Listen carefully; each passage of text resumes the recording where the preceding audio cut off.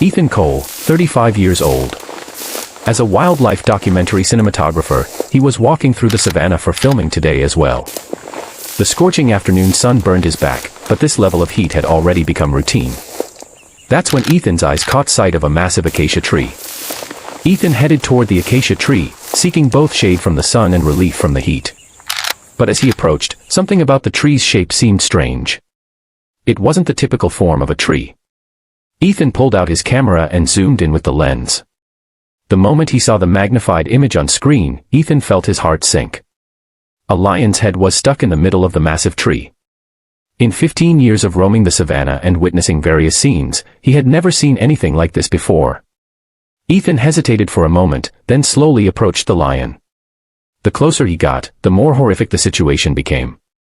A massive male lion had his neck completely wedged into a tree hole, trembling in agony. He was so emaciated that his ribs were showing through and his eyes had no focus. He looked like he was waiting for death. The lion, upon spotting Ethan, growled faintly. It was a sound of warning, but there was no strength in his voice. Ethan took out a water bottle from his backpack with trembling hands. When he carefully poured water into the lion's mouth, the lion barely stuck out his tongue and swallowed. Ethan looked into the lion's eyes. In those eyes were pain, despair, and resignation. Ethan couldn't understand it at all.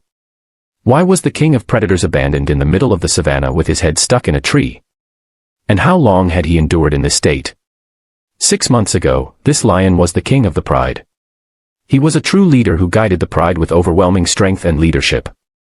At the same time, he was also a good father with a beloved wife and young lion cub.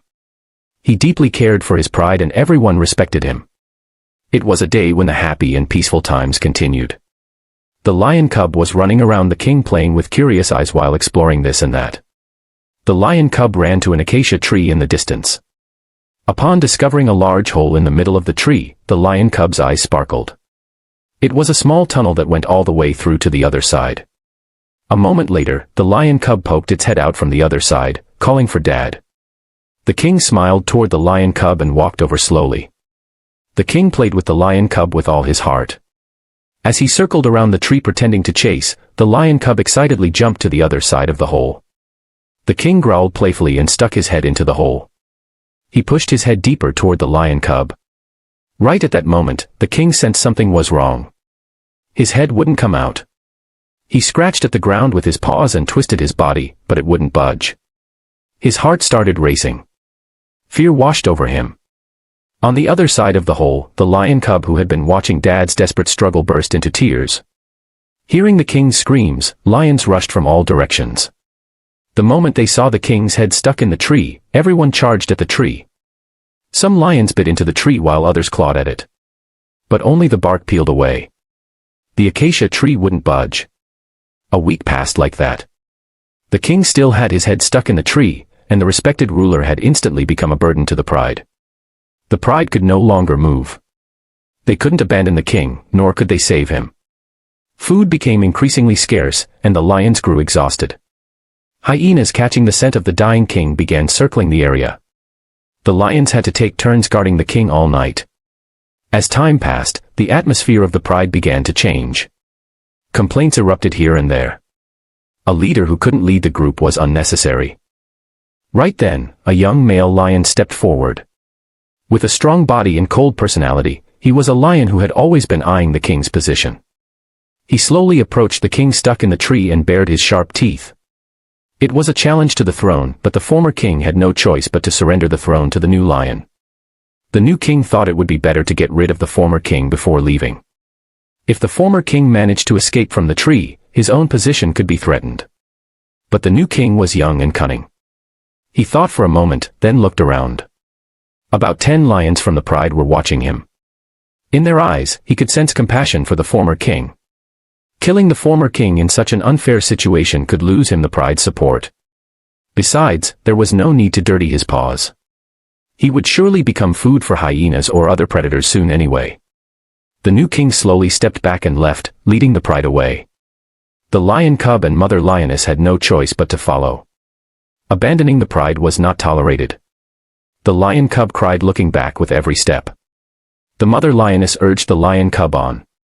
They had to go now. They had to survive.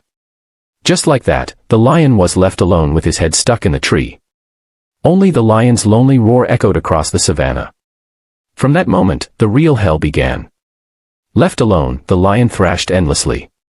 He tried with all his strength to pull his head out, but it was useless. As time passed, his strength drained away. Thirst came. His lips cracked. Hunger struck. Whenever it rained, the lion opened his mouth wide to catch the falling raindrops. When night fell, the sounds of hyenas could be heard. Each time, the lion roared with all his remaining strength to keep the hyenas from approaching. As time passed, the lion's body withered. His ribs showed and his muscles melted away. But he didn't give up. Thinking of his wife and child who remained, he somehow endured. While enduring such hellish time, he was accidentally discovered by Ethan. Ethan urgently contacted the rescue team.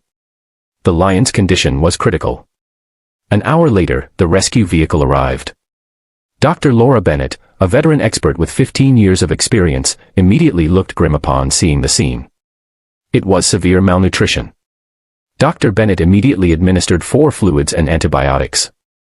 Dr. Bennett examined the tree structure. Cutting directly where the neck was stuck was dangerous. If the lion moved even slightly, he could get hurt. She was examining the tree's condition when her expression suddenly turned serious. There was a small metal plaque attached to the bark. She quickly called the National Conservation Authority to confirm. This tree had been designated as a natural monument. Damaging it could result in punishment. She contacted the rescue team commander, but the answer was firm. Follow the regulations. Do not damage the tree. Find another way. Time passed. The lion's breathing became increasingly labored. Right then, Ethan stepped forward. He picked up the chainsaw and walked to the tree. Dr. Bennett reached out to stop him, but Ethan didn't stop.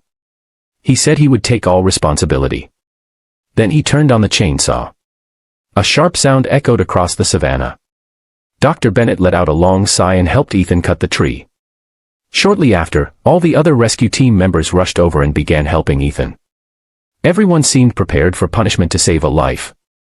As the last piece of wood fell away, the prison that had held the lion captive for 6 months finally collapsed. The lion was free.